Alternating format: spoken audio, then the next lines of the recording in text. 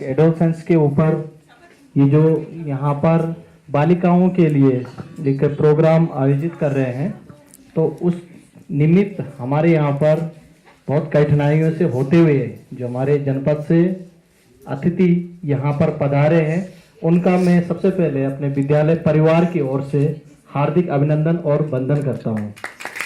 हमारे इस समग्र शिक्षा के अंतर्गत यह कार्यक्रम जो यहाँ पर अभी इसमें काउंसलिंग भी चल रही थी हमारी बालिकाओं की, तो उसके निमित्त हमारे बीच में यहाँ पर उपस्थित हुई हैं डॉक्टर पल्लवी मैम। आप जिस हमारे जो शिवानंद धर्मार्थ चिकित्सालय है वहाँ पर आप डॉक्टर हैं।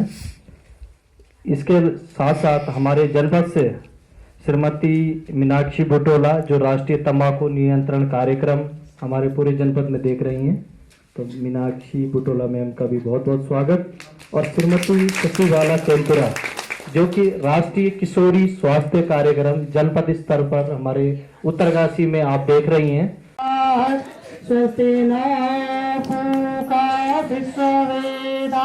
होती है 12 साल से 18 साल तक के बीच की जो एज है उसको किशोरावस्था बोलते हैं और एडोलसेंस बोलते हैं इसको अंग्रेजी में। तो किशोरावस्था क्या होती है पहले हमें वो समझना है कि इसको क्यों ऐसा बोला जाता है। ठीक है, तो 12 से 18 साल तक के जो एज ग्रुप है, जो टाइम पीरियड है, इसमें हमारे अंदर बहुत सारे फिजिकल और मेंटल चेंजेस आते हैं, शारीरिक और मानसिक चेंजेस आते हैं, है ना, सबके अंदर आते हैं। तो इस टाइम पे क्या होता है कि बहुत सारे दिमाग में कंफ्यूजन होता है और साथ में क्यूरियोसिटी भी बहुत ज्यादा होती है क्योंकि फिजिकल चेंजेस होते हैं। तो ऐसा हमारे साथ क्यों हो रहा है और हम इन चीजों को किसी के साथ डिस्कशन नहीं कर पाते। क्यों नहीं कर पाते? क्योंकि हमें लगता है कि पता नहीं हम जो क्वेश्चन पूछ रहे हैं अपने से बड़ों से वो सही है या नहीं है, हमें कोई इसको हमें सेटिस्फाई कर पाएगा या नहीं कर पाएगा हम जो भी पूछ रहे हैं ना। तो झिझक होती है मन के अंदर, बहुत क्यूरियोसिटी होती है और साथ साथ में झिझक भी बहुत ज्यादा होती है। तो किशोरावस्था का जो टाइम है ये बहुत ज्यादा हमारे लिए फाउंडेशन का टाइम होता है क्योंकि इस टाइम पे अगर हमने अपनी नींव अच्छी रखी, चाहे पढ़ाई के पॉइंट ऑफ व्यू से हो, स्वास्थ्य के पॉइंट ऑफ व्यू से हो या करियर पॉइंट ऑफ व्यू से हो, अगर हमने हमारी नींव अच्छी है तो आगे जाकर के हमारा फ्यूचर भी अच्छा होता है। तो ये जो टाइम पीरियड है, इस टाइम को हमें ढंग से समझना है और इसका उपयोग करना है। ठीक है, आपको बताऊंगी कि इस टाइम पे क्या क्या चेंजेस हमारे अंदर होते हैं। तो चेंजेस जो है ये फीमेल और मेल बॉडी दोनों में होते हैं, है ना, लड़कियों में भी लड़कों में भी दोनों में चेंजेस आते हैं। तो जो लड़कियां हैं इनमें जैसे मेंस्ट्रुअल साइकिल शुरू होती है, मेंसेस शुरू होते हैं, पीरियड्स जिसे बोलते हैं, और कुछ शारीरिक बदलाव आते हैं, मानसिक बदलाव आते हैं, है ना।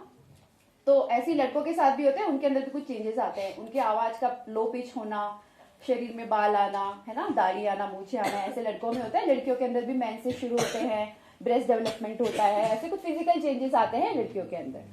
तो इस टाइम पे ऐसा होता है कि हमारे साथ ऐसा क्यों हो रहा है, हम किसको पूछे, तो कंफ्यूजन होता है दिमाग में।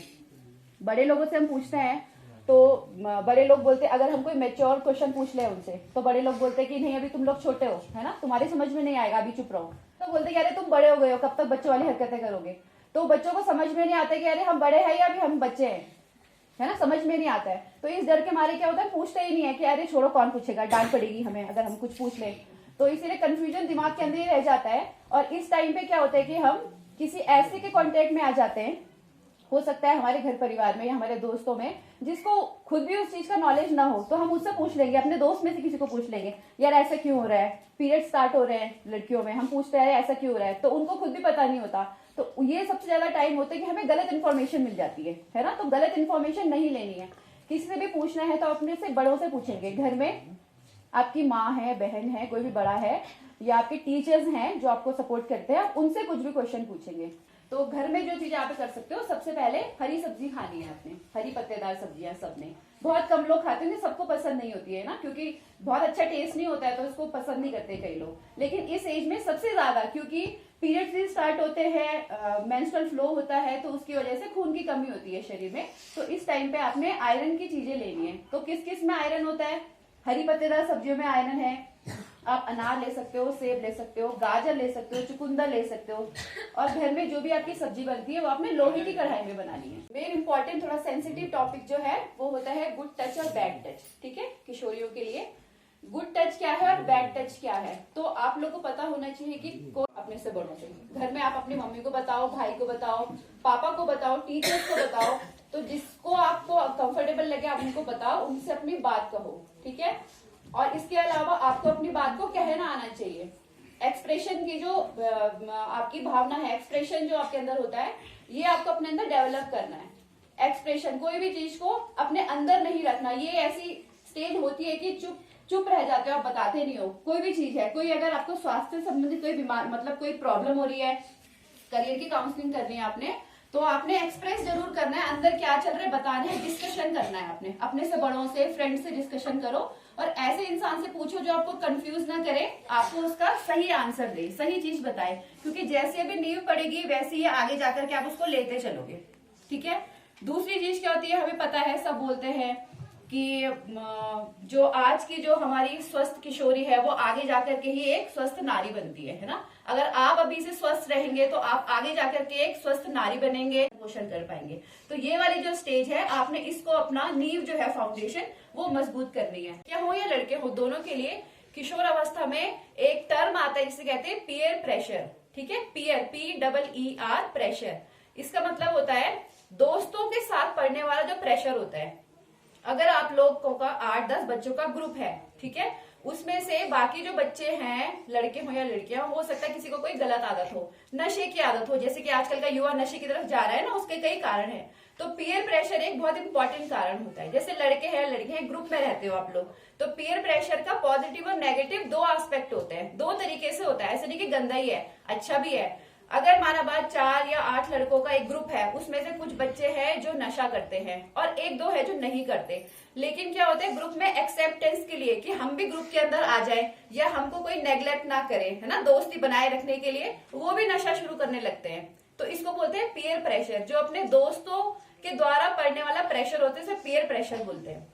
तो ये तो नेगेटिव प्रेशर हो गया, आपने दोस्तों के दबाव में आकर के कोई नशा शुरू कर दिया या आपने कोई गलत आदतें शुरू कर दी, है ना। लेकिन इसके पॉजिटिव एस्पेक्ट भी है। अगर आपके ग्रुप में कुछ ऐसे बच्चे हैं जिनको स्पोर्ट्स में रुचि है और आपको बिल्कुल नहीं है, तो आपको उनके ग्रुप में अपने आने के लिए आप क्या करोगे, स्पोर्ट्स खेलना शुरू करोगे, है ना। तो कुछ अच्छी आदतें भी होती है जो आपको अपने दोस्तों से मिलती है, बुरी आदतें भी मिलती है, अच्छी आदतें भी मिलती है। आपको चूज करना है कि आपकी कंपनी कैसी हो, है ना, आपके साथी कैसे हो, आपको चूज करना है और अच्छी आदतों को एक्सेप्ट करना है, उनको अंदर लेना है, एब्जॉर्व करना है। मतलब उगराई होती है जिसमें टहनी निकलती है, हरे पत्ते निकलते हैं उसमें, तो उस टाइम उसको जिधर भी मोड़ो तो मुड़ जाती है ना। लेकिन जब वो मजबूत हो जाती है, पक्की हो जाती है, उसकी पत्तियां सूख जाती है, उसके बाद आप उसको मोड़ोगे तो क्या होगा, उसमें टूट जाएगी वो। तो वैसे ही स्टेज अभी आप लोगों की है। आप अभी क्या हो, भीमर की कच्ची वो कलियां हो, ठीक है।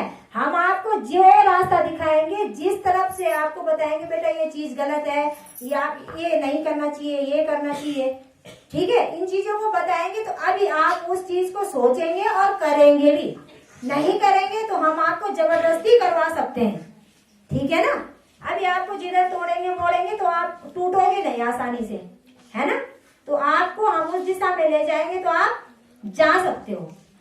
लेकिन जब आपको किसी चीज की लत लग जाएगी, कोई आदत आपको पड़ गई, तो फिर हम आपको सोचेंगे ना सुधारने की, तो भीमन की सीढ़ी की तरह टूट जाएगा। फिर तो जो भी बातें बता दी है उनको अभी इसी स्टेज में सही मार्गदर्शक, आप सही जगह जाएं, सही रास्ता चुने, इसीलिए आपका ये प्रोग्राम है।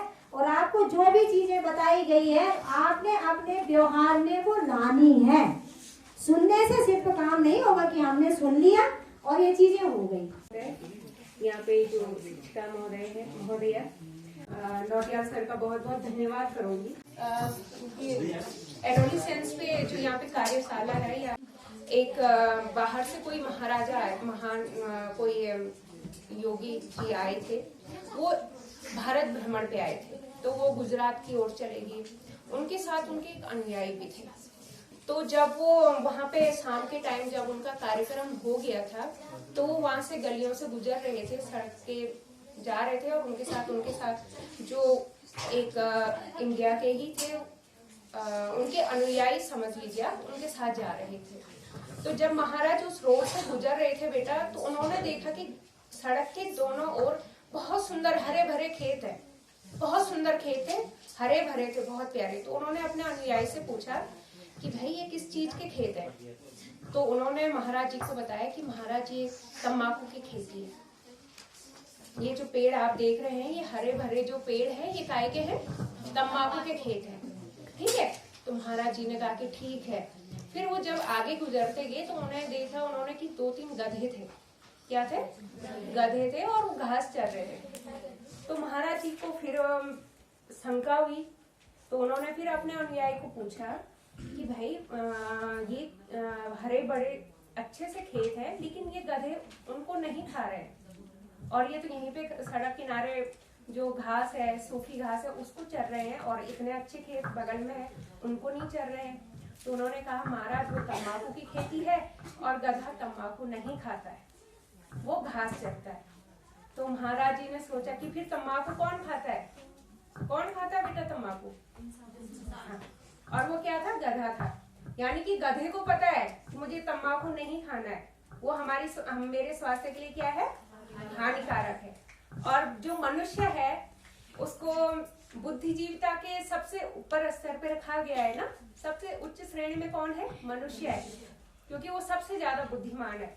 और जो सबसे ज्यादा बुद्धिमान है वो क्या खा रहा है?